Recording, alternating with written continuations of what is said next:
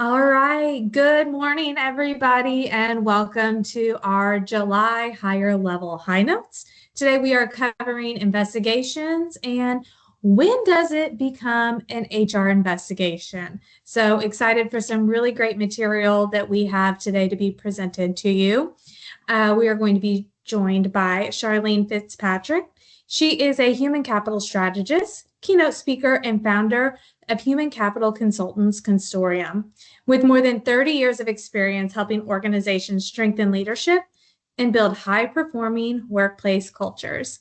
She's known as the C-Suite Whisperer. Some of you may follow her on YouTube as she does present some of those tips that we need to know.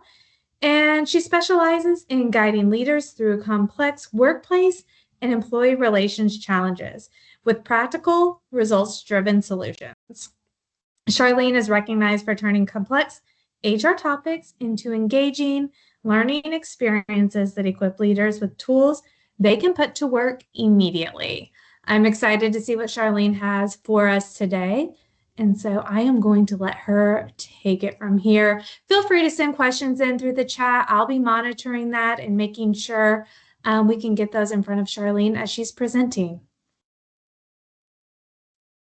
Well, thank you, Summer. Thank you so much for that kind introduction. And good morning, everyone. I'm delighted to be with you today. And let me begin with a question. When does a workplace issue become an HR investigation? If everyone answered that question the same way, I probably wouldn't be here today. The reality is, it's not always obvious. And that's exactly why this conversation is important. Throughout my career conducting workplace investigations, I've learned that very few investigations begin with somebody saying, I'd like to file a formal complaint. More often, they begin with comments like, Can I talk to you for a minute? I don't want to get anyone in trouble, but, and then the other one is, I'm not even sure if I should be bringing this up. Those conversations happen every day in organizations, and they're often informal, unexpected, and easy to dismiss as someone simply venting or asking for advice. But here is what I have learned in over 3 decades of doing investigations. Those first conversations are often where the investigation process really begins. Not because you've decided to conduct one, but because you've been given information that deserves, you'll figure this out. This is one of my favorite words for today, or maybe 3 words, a closer look. The challenge isn't simply deciding whether an investigation is needed. The challenge is recognizing when what you're hearing should move beyond a routine workplace conversation and be assessed through your organization's HR process, policies, and practices. During our time together, we'll build a practical way to recognize those moments with confidence. So the next time someone says to you, Can I talk to you for a minute? You'll know exactly how to respond appropriately and what your next step will be. So, why is this conversation so important? Because every organization wants employees to speak up when something doesn't seem right. But speaking up only matters if leaders know how to respond. One thoughtful response can build trust, reinforce accountability, and help resolve a concern before it grows into something way bigger. On the other hand, responding too quickly, dismissing a concern, making assumptions, or trying to solve the issue without involving HR when appropriate, it can create confusion, damage trust, and make it much more difficult to understand what really happened. That's why recognizing these moments is so important. This session is not about turning every workplace concern into a formal investigation. In fact, most workplace issues won't require one. They don't even get that far. This is about recognizing when a concern should move from routine supervision and be assessed through your organization's HR process, policies, and practices. And so let's get to our roadmap for today. So here's our roadmap for our time together. We'll focus on the same 5 outlines that were provided in the session description, but more importantly, we'll talk about how they come together in real workplace situations. We'll start by looking at how to recognize when a workplace concern may require a formal HR investigation, and just as importantly, when it may not. And from there, we'll explore the warning signs that leaders and managers should never ignore. We'll discuss practical ways to reduce workplace risks through timely and appropriate action, and talk about how to respond when employees bring you a sensitive concern. Finally, we'll discuss the critical partnership, and this is a critical partnership, and that's between leaders and HR, because recognizing a concern is only the first step. Knowing how to work together to respond consistently and appropriately is what helps organizations build that trust we were talking about and make informed decisions. And I'll share a practical decision-making tool called the threshold test. It helps you recognize when a concern deserves, here's my favorite words again, a closer look, and should be assessed through your organization's HR process, policies, and practices. Now, my goal is that you leave today with a practical framework you can use the very next time someone says, "Can I talk to you for a minute?" Okay? Now I'd like to introduce you to someone. I want to introduce you to Morgan. So Morgan is an operations coordinator, and she wants to speak with her manager about her supervisor. Now, she's been trying to do this. She's been trying to catch him in the hallway and all these other things, but when she does and nobody else is around, she loses her nerve.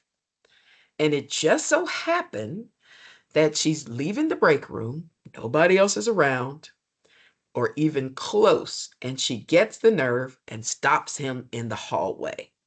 Now, as you watch this short 60-second scenario, don't try to decide whether Morgan is right, whether anyone violated a policy, or determine whether this should become a formal HR investigation. That's not our job, not just yet. Instead, I want you to listen as though you're the leader or HR professional hearing this concern for the very first time. So pull out a piece of paper and a pen right now, if you haven't done it, and ask yourself these questions. And you may want to write them down or cues to write them down and respond to them. What am I hearing? What stands out? And what should my next step be? Remember, every organization has its own policies, practices, and reporting procedures. Our focus today isn't on reaching conclusions. It's on recognizing when a workplace concern deserves a closer look and should move in your organization's HR process. So as you watch, simply pay attention to what Morgan is saying, and perhaps, just as important, what she's not saying. All right, so let's make sure. Let's see. Let's meet Morgan here.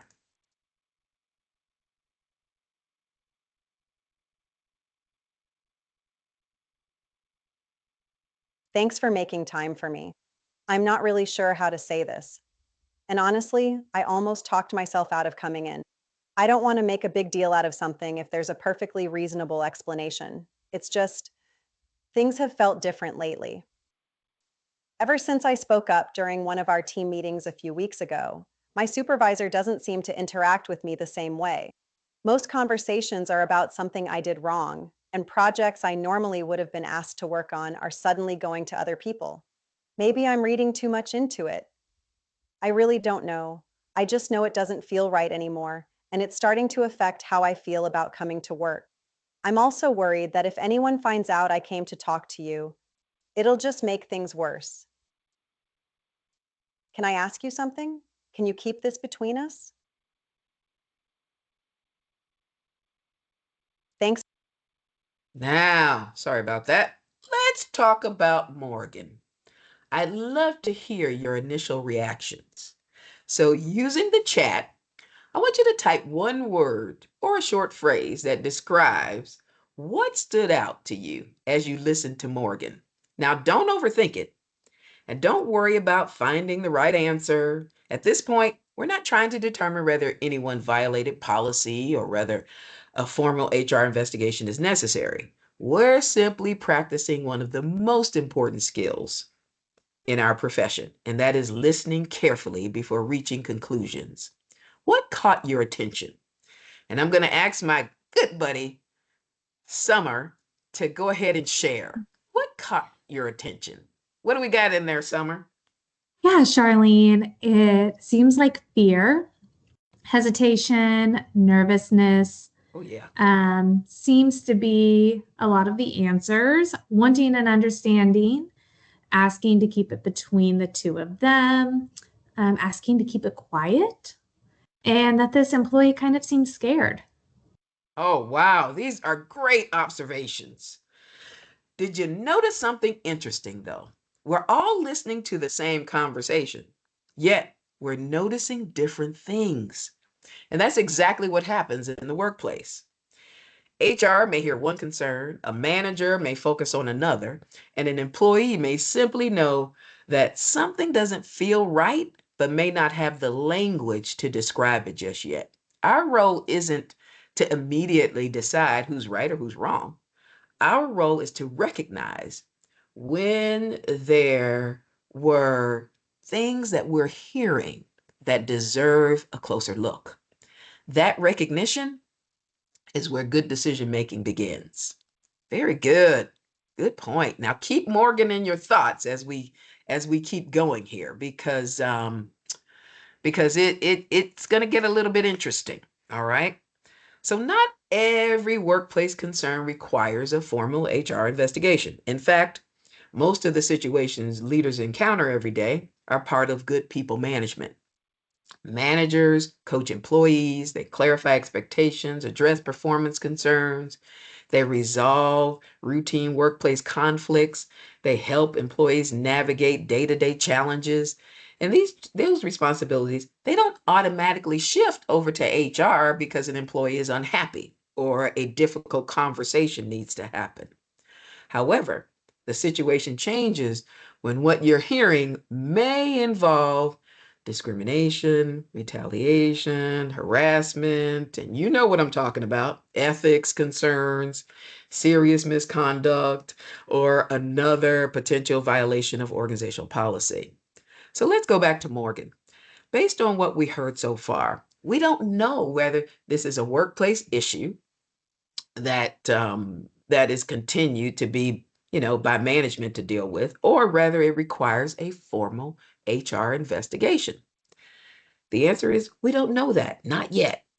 And that's exactly where leaders become uncomfortable.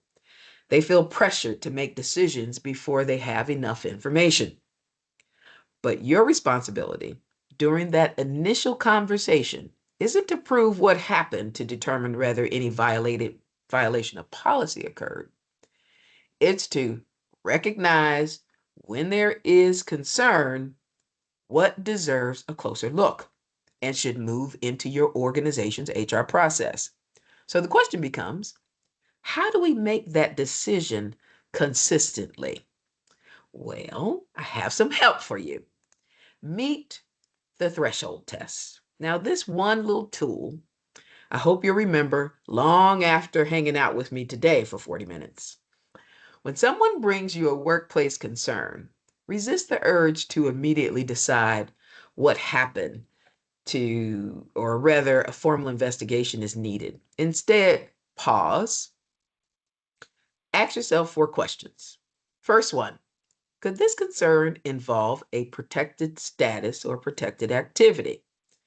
Am I hearing something about, age, disability, religion, pregnancy, or has someone engaged in a legally protected activity such as reporting discrimination or participating in an investigation?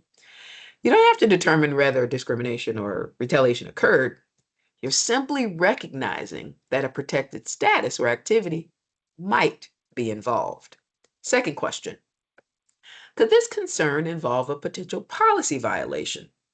Okay, could this involve harassment, ethics, policy violations, workplace violence, organizational resources, and misusing those? And then third, Could this situation create a potential risk to employees or the organization? Consider employee safety, retaliation, threats, preservation of evidence, confidentiality, or any circumstances where delaying action could increase harm or organizational risk. And finally, could this be part of a pattern of behavior? Has this happened before? Have similar concerns been raised? Is there a history involving this individual, work group, or type of conduct? Because sometimes it's the pattern, not the single incident, that changes how an organization is going to respond. So here's the key. You don't need to answer all 4 questions using this test. If you answer yes to any one of them, or even maybe to them, that's your signal to involve HR. Consulting HR, again, doesn't automatically mean a formal investigation will occur. It simply means that the organization is taking a thoughtful, consistent approach to assessing the concern before determining the appropriate next steps, right? And so now let's move on to some warning signs. To identifying warning signs leaders and managers should never ignore. The threshold test gives us a framework for thinking about workplace concerns. These warning signs, they tell us we should pump the brakes, slow down, and ask more questions and pay closer attention. And they tell us this concern deserves, my favorite words again, a closer look. So as you listen to Morgan's short story, did you notice any of these warning signs? Now, I'm going to run through a few of them, and I want you to type in the chat if you notice any of the ones that I mentioned, okay? So here they are, and go ahead and type in the chat if you notice any of the ones that I mentioned. Did you hear anything about protected status or activity? You may have heard language about that. Somebody's already on it. That fear of retaliation. I love it. Absolutely. That fear of retaliation or concern about what might happen if she spoke up. Absolutely. And then maybe you wondered whether this was part of a pattern of behavior. Yeah. Oh, and somebody else has got the next one boy, you guys are good. You're jumping ahead. Summer's going to think that I paid y'all to ask these questions or put this in the chat. That power imbalance. Absolutely. That power. You may have considered the power imbalance between Morgan and the other individual involved, because she did mention her supervisor, right, to that manager. And depending on the situation, there may be threats or safety concerns that require immediate attention. Conduct that was priorly unresolved, that provides important context that the manager may not even know yet. The key is this: rarely does one warning sign tell the whole story. It's often the combination of warning signs that tells us it's time to pump the brakes, pause, and apply the threshold test and involve HR. And remember, our goal isn't to reach conclusions during that initial conversation, because that's what we're talking about. It's to recognize when the concern deserves a closer look. And when it does, there are 3 practices that make all the difference. They make all the difference. And that is reducing risk through timely activity. Okay. So that first practice is speed. Timely action is critical. That doesn't mean rushing to conclusions. It means responding promptly. Delays, oh my goodness, can cause increased organizational risks, make it more difficult to prove information, and sometimes send the unintended message that the concern isn't being taken seriously. In Morgan's situation, we didn't wait until next week's and next staff meeting to notify HR.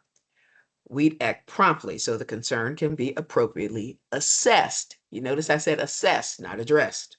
Second, documentation. Good documentation does a whole lot for us. It creates clarity, record what employee reported as accurately as possible, separating facts from assumptions and observations from conclusions. Documenting what you know And what you don't know helps HR assess the concern and supports a fair and consistent process. And finally, consistency. Employees expect organizations to respond fairly, regardless of who raises the concern or who's involved. Following established policies involving HR at the appropriate time and responding consistently builds trust in the process and reduces organizational risks. Now, when I say consistency, I want to make this clear. Consistency doesn't mean treating every situation exactly the same. That's not what we're talking about here. What it means is applying the same thoughtful decision-making process every time. And I love that distinction because consistency isn't identical treatment, it's consistent process. Notice that none of those principles require us to determine whether misconduct occurred. They're simply good practices that help organizations respond thoughtfully while the concern is being assessed. When we combine timely action, good documentation, and a consistent process, we're protecting both people and the integrity of the organization's response. Now, let's move on. Let's go back to Morgan, okay? Now, Morgan, she trusted her manager enough to ask for help eventually. She was a little nervous, but eventually she did. In moments like these, managers and HR pros often worry about saying the wrong thing. The good news is you don't have to have all the answers. Remember, your role isn't to investigate at this point in that first conversation.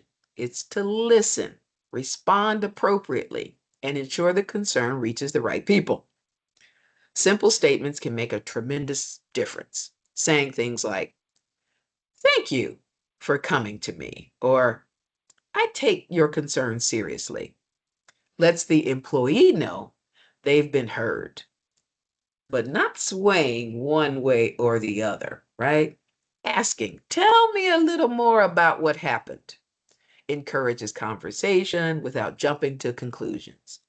And then explain what comes next. You might say something like, "I'll make sure the appropriate people are involved and I'll follow up with you on the next steps." And so here's something that's important. Just as important as it is to want to say something that helps us to get to the next step, it's also knowing what not to say. So you want to avoid questioning the employee's credibility when they're bringing something, minimizing their concerns, or trying to resolve the issue right there in the moment. And remember Morgan's last question, "Can you keep this between us?" I wish I had $1 for every time that I heard that. And I'm sure some of you wish the same thing.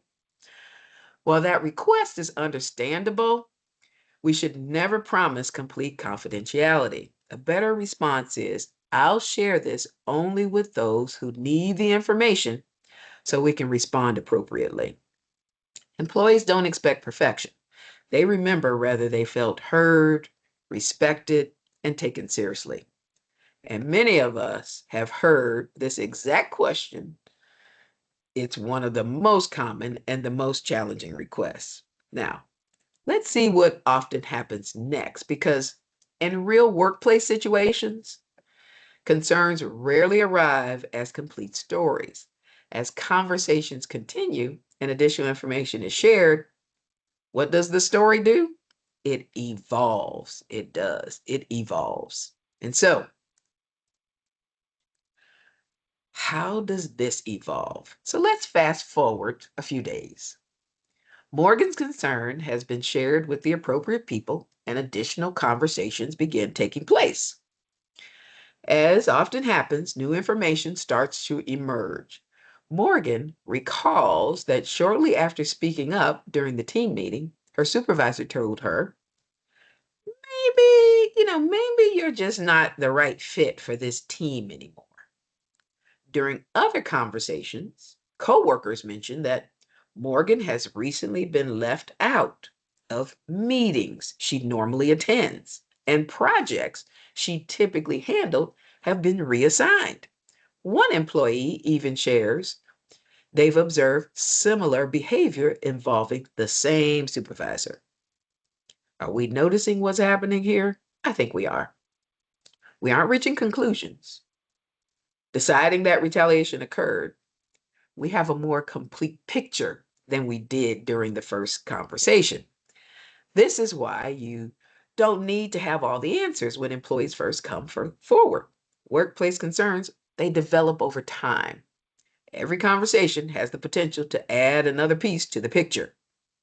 Our responsibility, recognize the concern early, respond appropriately, and allow the facts to develop through the organization process. So let's think back to where we started. If Morgan had never come forward, if her manager had dismissed the conversation or tried to handle it alone, none of this additional information may have ever surfaced. That's why that partnership between managers and HR is so critical. So I want you to type in the chat. We just shared some additional information. Which new piece of information most influenced your thinking? Was it 1, the supervisor's comments, 2, exclusion from meetings and projects, 3, a similar concern raised by another employee? Type in the chat if any of those got you to thinking and start impacting how you're thinking about this whole Morgan situation. All 3, I love that. I love that. All 3. We got a lot of agreements here on the all 3. This is great. This is great. This is great. So true. So true. This is good. There isn't a single correct answer here. The purpose is to demonstrate that investigations are built by looking at the totality of all the information and not by relying on one comment or event. Recognize, assess, and respond. Don't rush into to a conclusion. All right. So now these distinct roles. So as we wrap up, I'd like to leave you with one final thought. Creating a respectful, accountable workplace is the responsibility of HR or managers alone. It takes a partnership. Leaders and managers are often the first. They're on the front line, so they hear about the concerns first most of the time. And they create the environment where employees decide whether it's safe to even speak up. So their role is to recognize concerns, respond thoughtfully, document what they learned, and involve HR when it's appropriate. HR brings a different perspective. HR helps assess the concern, determine the appropriate path forward, guide the organization's response, and when necessary, oversee a formal investigation. Neither role is more important than the other. They simply have different responsibilities. And when managers try to investigate concerns on their own, unless they've been trained, important information can usually get missed. When HR operates without the support of the leaders, employees, they lose confidence in the process because they're not sure, is everybody on board with this? So the strongest organizations, they don't wait until a crisis to figure out how they'll work together.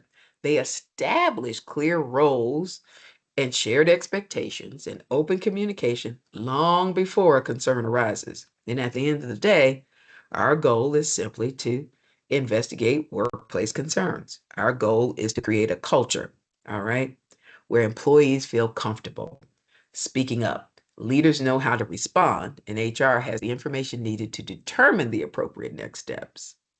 So, thinking about your own organization, I'm going back to the chat again.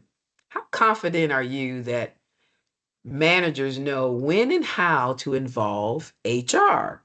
Type 1 for very confident, 2 for somewhat confident, and 3, we're still working on them.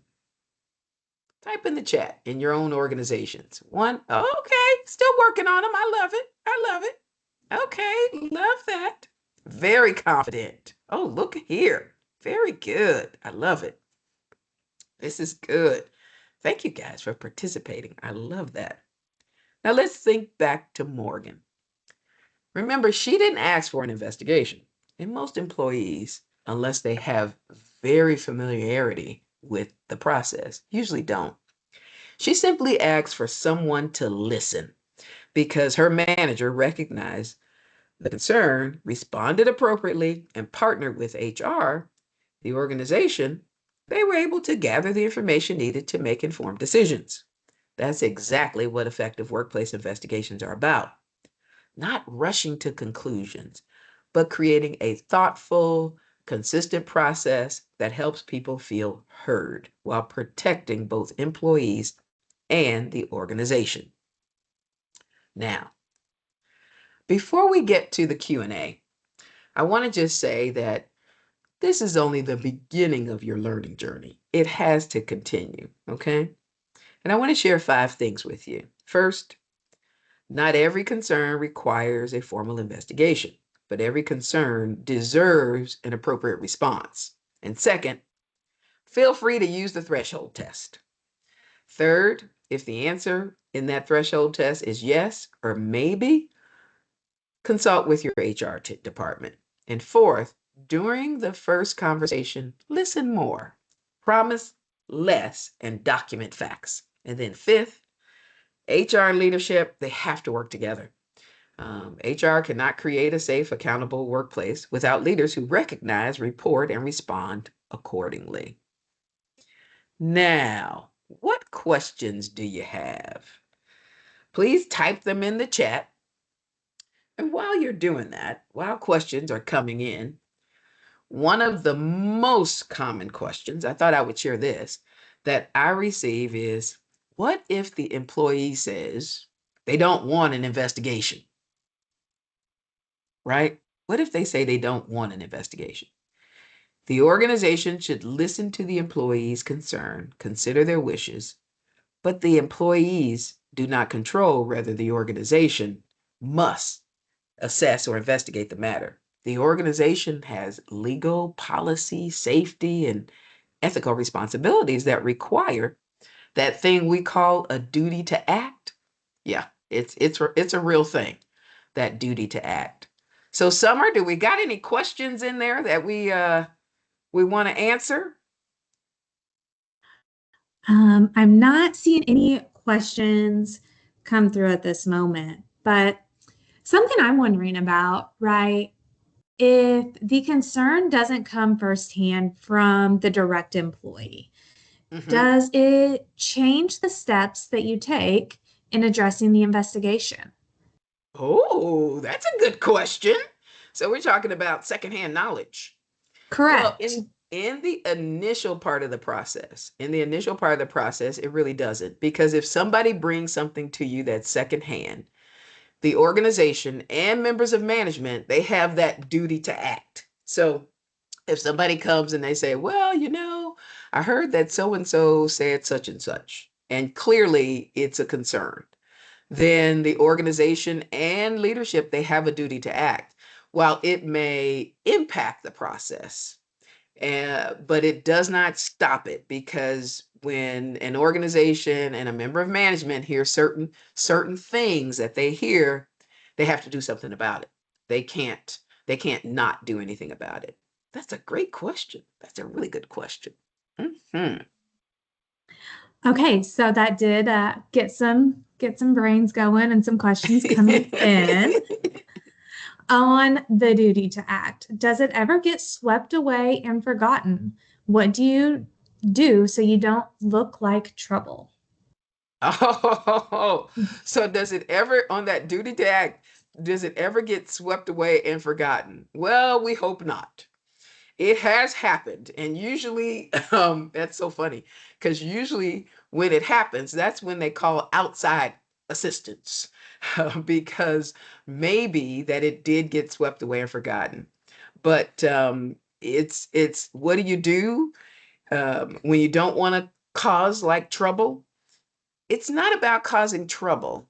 It's about making sure that everybody follows your organization's policies and practices, and they're adhering to certain policies and practices. And when they're not, because everybody's policies and practices are different. So you need to understand yours. And then there's the law. That's a whole different standard. In most cases, your policies and practices are more stringent than what the law says. But when they don't, then it's important to talk about that. It's important to share that with somebody. And then let the experts decide whether or not it's something that they need to look into further. And so I see something else there. And yes, Yeah, we're it going to just, share it. We're going to share these PowerPoints, but I've got something for you if you want the PowerPoints. But go ahead. What is that other thing? if the complaint is on your direct manager, but respect the owner. I think that's the second part to that question. Yeah. So if the complaint is on your direct manager, but respect the owner, then if the owner, it depends on the size of the organization. But if you're saying respect the owner, and your direct manager is the challenge, then you need to go above your manager's head and speak with someone else and find out what is the process for reporting complaints or concerns and make sure you follow that process. These are good questions. These are really good questions. I'm not seeing another one come through at the moment. That must mean that you covered things very thoroughly. Oh, And well, thank you. now they're sitting on that information, right? And next time we have a real life investigation, they're going to have something to work with. Oh, what is this? Do you recommend? What does that say? Go ahead, Summer. Do you recommend getting backup when an investigation is about a member of leadership? When you say backup, I recommend using outside assistance when it's about a member of leadership. I recommend, and I think that depending upon the severity of the investigation, and your counsel, your outside counsel will help you with this. And outside counsel typically uses when it's a workplace matter before it becomes a legal matter, because there is a difference. That's another phase there.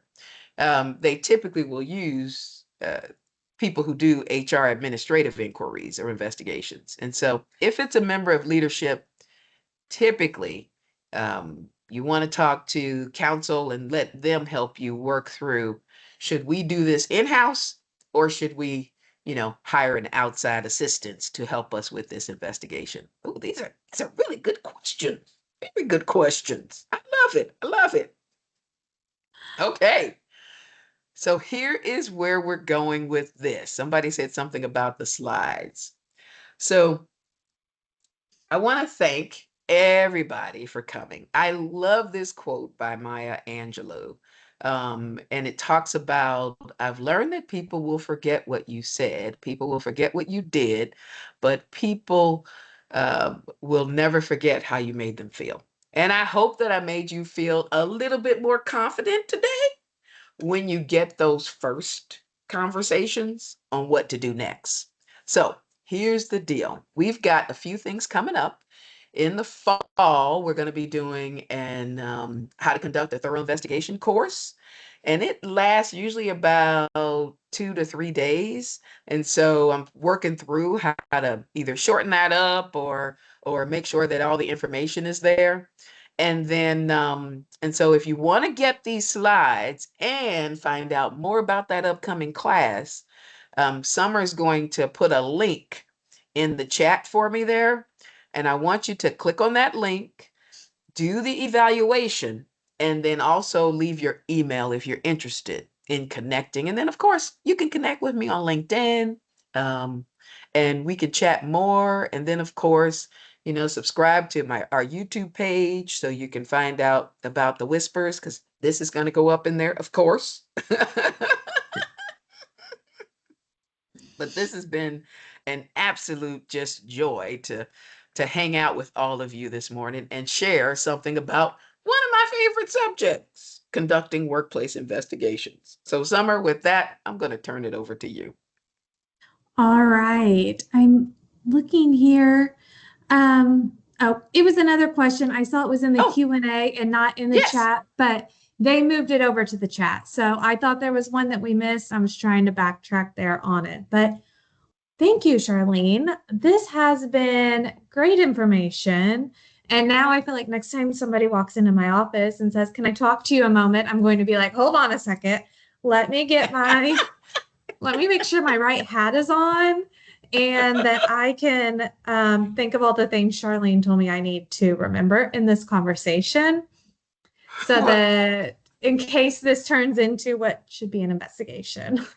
Well, remember though, we don't want to jump the gun, Summer. That's No, what this not was jumping the about. gun, but I wrote down this threshold test Yes, and yes. concern, does it fall there? So all really great details, and we do appreciate it.